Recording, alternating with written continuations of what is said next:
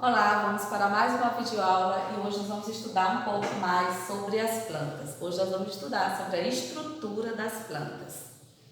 Então, as plantas, elas apresentam órgãos vegetativos e órgãos reprodutivos. Os órgãos vegetativos é composto por quem? Folhas, caules e raízes. E os órgãos reprodutivos pelas flores, frutos e sementes.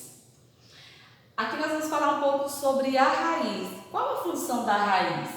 Fixação da planta no solo e absorção de água e sais minerais. Aqui nós temos a cenoura e a beterraba, que são chamadas de raízes tuberosas. Isso porque elas armazenam substâncias nutritivas em forma de amido, produzidos na fotossíntese. Tipos de raízes. Temos as raízes aquáticas, subterrâneas, aéreas e austórios. As aquáticas, o próprio nome diz, elas ficam submersas na água. As subterrâneas ficam enterradas no solo. E as aéreas, sobre o solo, fora da terra. E as austórios, elas são tidas como raízes sugadoras, pois elas são de plantas parasitas.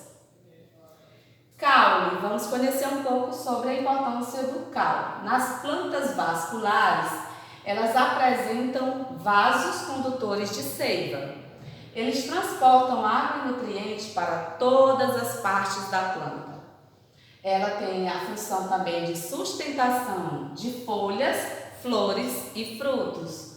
Alguns armazenam substâncias nutritivas, porque tem alguns caules que são comestíveis, como palmito e outros. Temos também os caules mais jovens, verdes, que realizam também processos de fotossíntese. Tipos de caule. Temos também os caules aéreos, subterrâneos e aquáticos. Aéreos, nós temos aqui como exemplo da castanha da Amazônia. Subterrâneos são os tubérculos, como batata, cenoura, cebola. Aquáticos, temos como exemplo a Vitória Régia. Então, aqui nós vamos falar um pouquinho agora sobre as folhas e suas funções. Elas são órgãos vegetais em forma de lâmina, geralmente de cor verde devido à presença da clorofila. As principais funções das folhas são processo de fotossíntese, transpiração e respiração. Agora vamos acompanhar aqui o processo de fotossíntese. Como que acontece? Então, nos cloroplastos existem um pigmento chamado de clorofila. Essa clorofila, ela capta a energia solar. E aí acontece uma reação, entre a água, o gás carbônico, certo? E a energia solar. Essa reação, ela faz com que ela produza o quê? A glicose e também libere o oxigênio.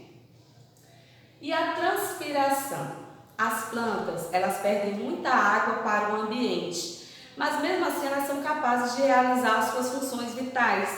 Isso devido a quem? Devido ao processo de transpiração. Como que ele acontece?